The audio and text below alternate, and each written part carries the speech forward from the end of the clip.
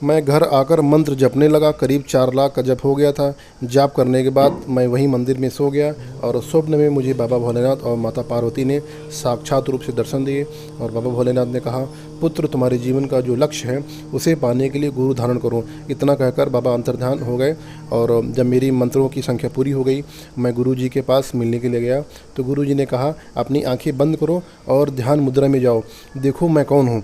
मैंने आंखें बंद कर दिया और मुझे गुरु जी में साक्षात महाकाल नजर आए। एक हाथ में डमरू था, दूसरे हाथ में त्रिशूल था। दूसरी छवि महाकाली माता की थी, तीसरी छवि माता बंगलामुखी की थी नजर आई और अंत में काल भैरव बाबा की छवि मुझे दिखाई पड़ी। मेरे आंसू नहीं थम रहे थे। मैं उनके चरणों में गिर गया और 10 मिनट तक लगातार फूट फूट कर रोता रहा। मैं क्यों रो रहा हूँ मुझे वास्तव में नहीं पता था, बस रोने का मन कर रहा था।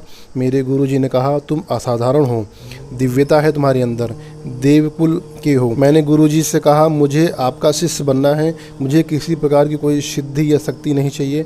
तो गुरुजी ने कहा, मैं सब जानता हूँ, तुम्हारा उद्देश्य अपने आप को जानना है और बाबा भोलेनाथ की सेवा करना है और अंत में मोक्ष की इच्छा रखते हो। बाबा भोलेनाथ तो अवघड़दानी है और थोड़ी सी सेवा में प्रसन्न हो जाते हैं। जिसकी तुमने कल्पना नहीं की होगी वो सब तुम्हें प्राप्त होगा।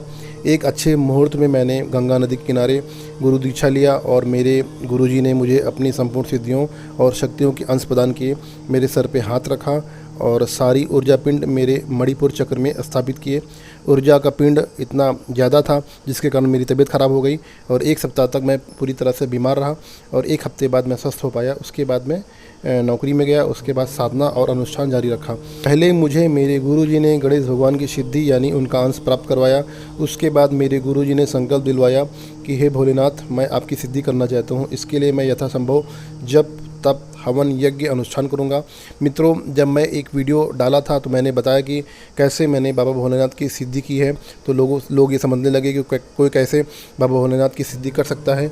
बाबा भोलेनाथ को सिद्ध नहीं किया जाता है मित्रों, उनकी विभिन्न प्रकार से सेवा की जाती है और उनका एक अंश प्राप्त होता है जिसे सिद्धि कहते हैं। वो अंश साधक को मिल जाता है और वो अंश एक छोटे से पौधे के समान होता है, बिल्कुल कमज़ोर होता है, शक्तिहीन होता है, एकदम नया होता है, जैसे एक छोटा सा पौधा होता है।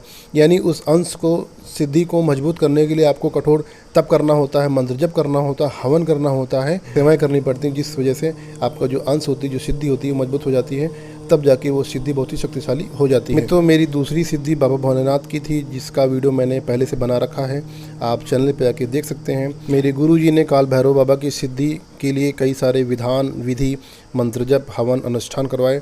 मैं स्वभाव से अत्यंत शांत हूँ, निर्मल हूँ। जब काल भैरव बाबा की सिद्धि मुझे प्राप्त हुई, वह अंश मेरे शरीर में प्रवेश किया तो मेरे अंदर बहुत ही भीषण विकराल बदलाव आए। प्रचंड क्रोध आने लगा। मेरे परिजन मेरा विकट रूप देखकर थर-थर काँपने लगे। घर वालों ने गुरुजी से बात की, बोले कि बालक तो बहुत ही विचित्र हो गया है, उसकी अवस्था ठीक नहीं है। उस पर काल भैरव पूर्ण रूप से 24 घंटे रहते हैं, बालक नौकरी कैसे करेगा। गुरुजी ने कहा कि चिंता मत करो, 3 महीने बाद वो सामान्य हो जाएगा। मेरी माँ को गुरुजी ने लगातार शिवलिंग पर जल चढ़ाने के लिए कहा और बाबा भोलेनाथ से प्रार्थना करने के लिए कहा कि मेरे बालक को शांत करो। मैं नौकरी पर जाता था तो करीब 1 महीने खुद पर मेरा कंट्रोल नहीं था, नियंत्रण नहीं था। मुझे काल भैरव बाबा की सवारी मिली तो करीब 6 महीने लगे और गुरुजी ने वापस बुलाया। गुरुजी ने कहा कि तुम्हारे साथ 24 घंटे काल भैरव बाबा रहते हैं, तुम्हें कैसा महसूस होता है। मैंने कहा कि ऐसा लगता है कि मैं पूरा ब्रह्मांड खा जाऊंगा, बहुत सारा क्रोध आ रहा है, आवाज़ में भारीपन आ जाता है, सिर की तरह दहाड़ता हूँ, भीषण प्रचंड ऊर्जा महसूस हो रही है। मेरे गुरुजी ने कहा, तुम हर प्रकार की नकारात्मक शक्ति, भूत प्रेत जिन्न खबीस बेताल पिशाच, तुम किसी के शरीर को प्रेत को खा जाओगे। मेरे गुरुजी मुझे शमशान में ले गए और मुझसे कहा, जाओ प्रेतों का भक्षण करो। मैं शमशान में गया और कई सारे प्रेतों को मैंने भक्षण किया। मुझे गुरुजी ने समझाया, कभी भी गंदी जगह पे मत जाना, इससे तुम्हारे शरीर के सकारात्मक ऊर्जा पर प्रभाव पड़ेगा। गुरुजी ने कहा, मंदिर चलो। मैंने शिवलिंग को स्पर्श किया और मेरे शरीर में करंट दौड़ रहा था। मैं शिवलिंग से सकारात्मक ऊर्जा ग्रहण कर रहा था। मैं दूर से मंदिरों की सकारात्मक ऊर्जा ग्रहण कर लेता हूँ। कभी कभी भीषण नकारात्मक शक्ति को दूर करने के लिए मैं बाबा भोलेनाथ के शिवलिंग को स्पर्श करता हूँ, वहाँ से ऊर्जा ग्रहण करता हूँ और मैंने बहुत सारे मरीजों को फूंक मार के ठीक कर दिया है। और फूंक भी इस प्रकार का है कि जो सुन ले उसकी रूह कांप जाए। शेर की तरह दहाड़ता हूँ और बहुत सारे जो प्रेत बाधा से पीड़ित होते हैं उनके शरीर से उनके प्रेतों को भक्षण कर लेता हूँ और वो पीड़ित को तुरंत आराम मिल जाता है। तो मित्रों, अगले वीडियो में मैं आपको भैरव साधना के विषय में बताऊँगा। हर हर महादेव, जय महाकाल।